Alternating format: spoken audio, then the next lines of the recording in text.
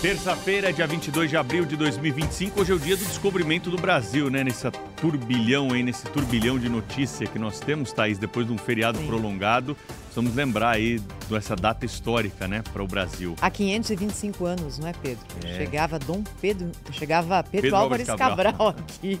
E muito Pedro. E chegava junto com uma comitiva também da Igreja Católica, né? O que mostra a força, a representatividade, enfim, boa parte do que a gente é hoje está ligada à Igreja Católica nesse dia tão simbólico aqui da morte do Papa Francisco e as informações que nós temos agora sobre a escolha do novo Papa, né, Pedro? Exatamente. Daqui a pouquinho a Sônia Blota vai estar conosco, lá direto do Vaticano. A Sônia deixou Paris e foi para acompanhar. O Felipe Killing também, do Grupo Bandeirantes de Comunicação. O Sérgio Gabriel está na Argentina, repórter da Band, vai participar conosco dessa edição especial.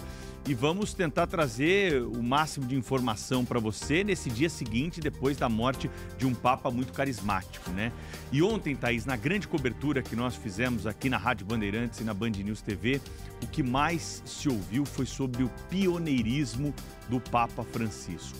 E não foi primeiro só em ser um Papa não europeu, em ser um Papa sul-americano, em ser o primeiro Papa do eixo sul do mundo. Nunca tivemos um Papa que não fosse europeu antes de Francisco, comandando a Igreja Católica, chefe de Estado do Vaticano. Indispensável dizer da importância da figura do Papa para a discussão mundial. Líder da Igreja Católica que carrega, né, o peso do pronunciamento das suas decisões e também das suas falas no mundo todo. O Papa Francisco foi o primeiro Papa a ir ao Japão. O Papa Francisco foi o primeiro Papa a ir ao Iraque.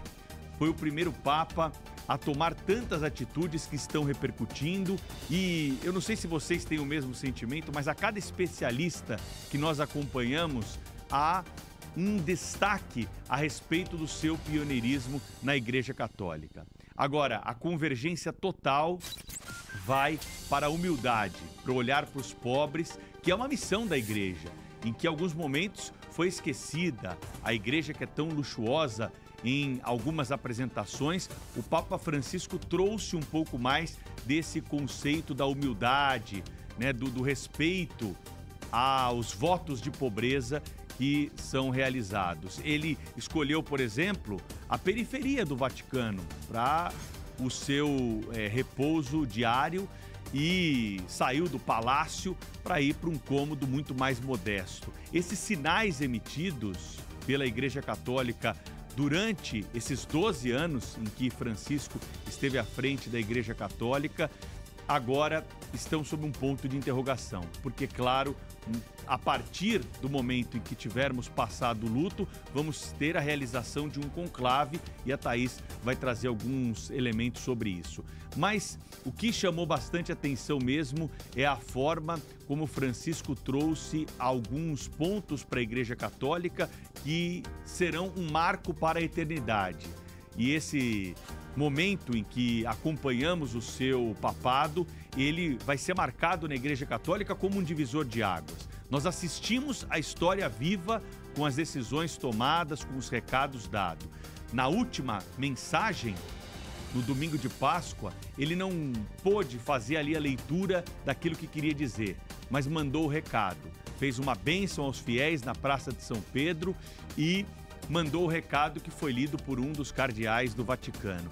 E nesse recado havia uma preocupação com as guerras em curso, a guerra da Ucrânia e principalmente com a situação de Gaza, dos refugiados, da violência excessiva empregada em Gaza.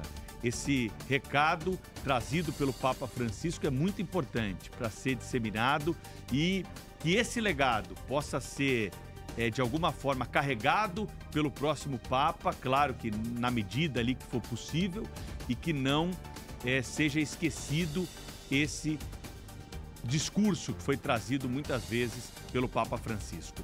A Sônia Blota está ao vivo conosco, direto do Vaticano, para trazer mais informações e atualizações aqui no Jornal Gente. Tudo bem, Sônia?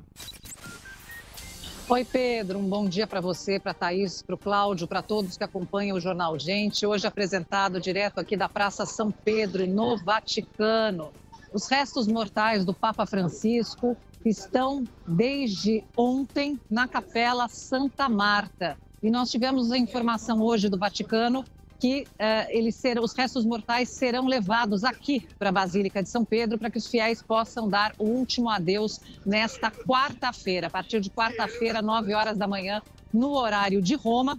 A Santa Sé calcula que pelo menos 8 horas de fila para um rápido adeus a Francisco. Vocês estão vendo, quem está me acompanhando por vídeo pode ver que a segurança está muito reforçada.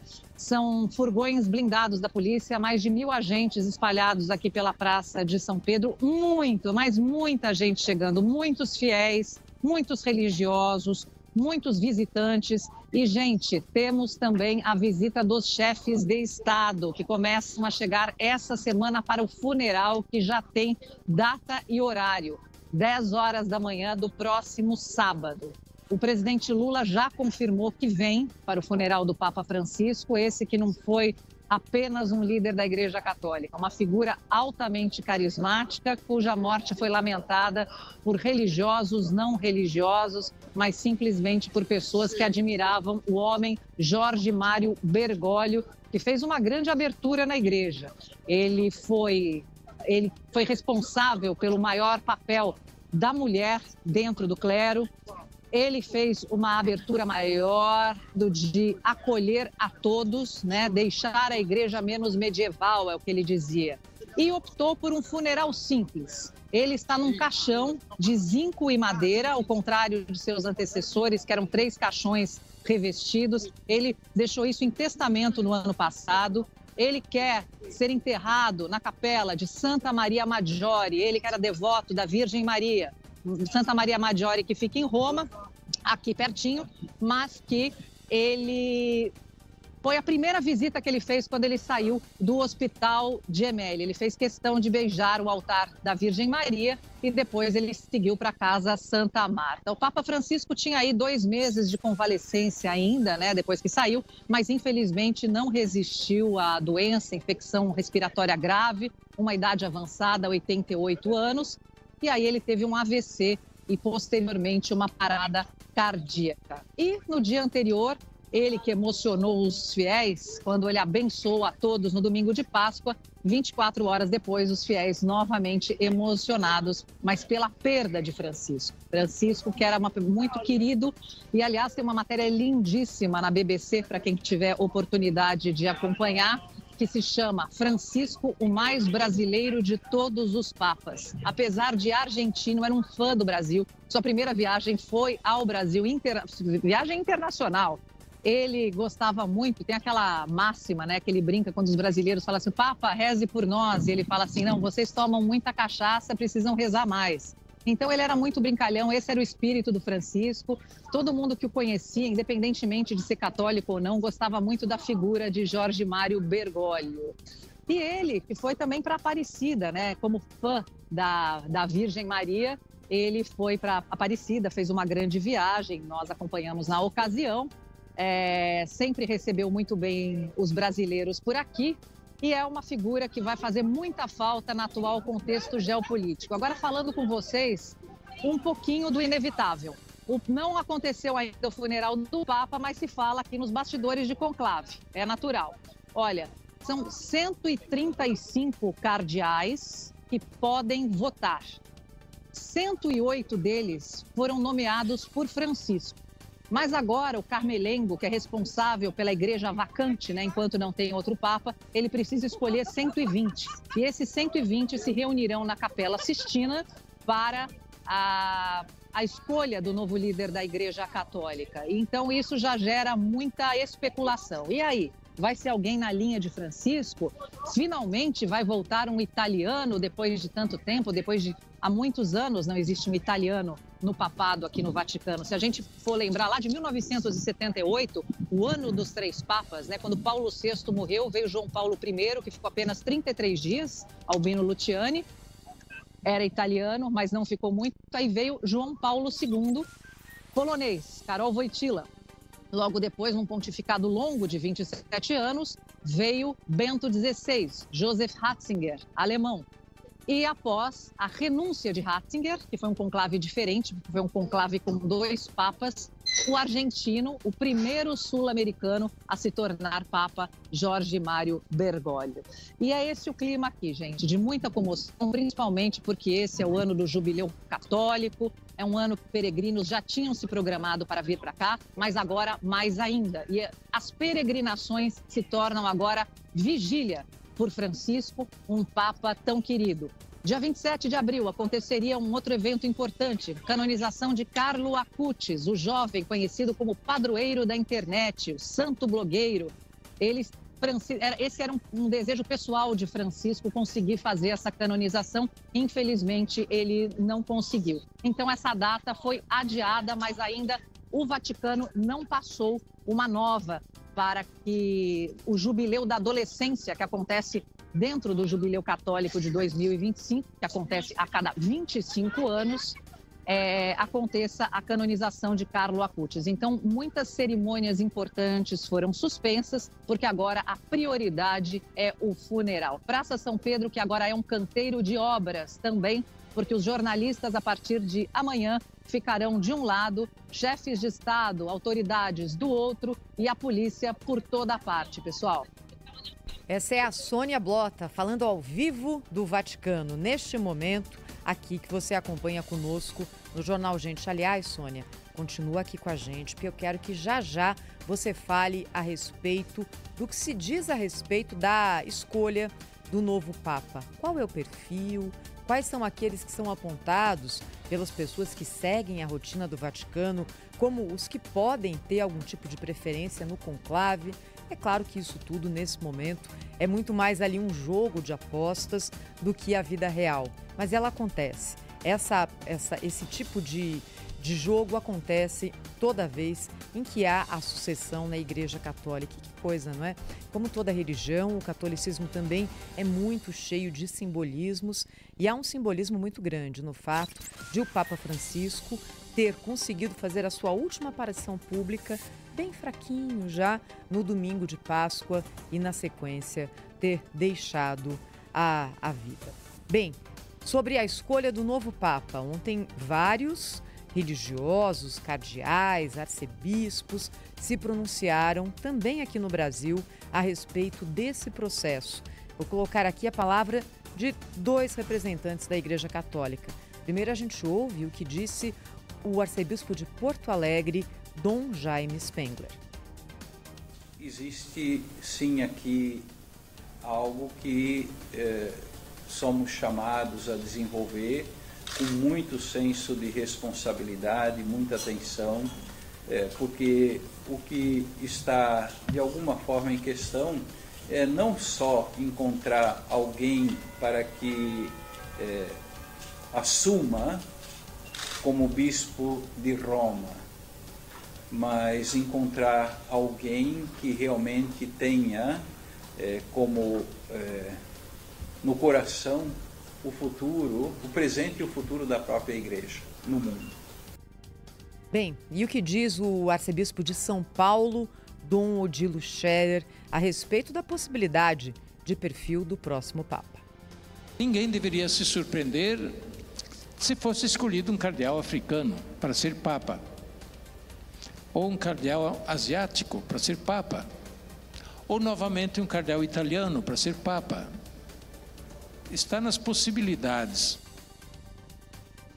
Até porque o Papa Francisco nomeou vários cardeais de países que não normalmente ocupavam esses postos. É por isso que agora a escolha é mais aberta do que já foi em outras escolhas do novo Papa. Sônia Blota, falando direto agora do Vaticano, vai contar para a gente de que forma a imprensa especializada, os especialistas, tratam essas possibilidades. Existem já nomes que são colocados na mesa, Sônia?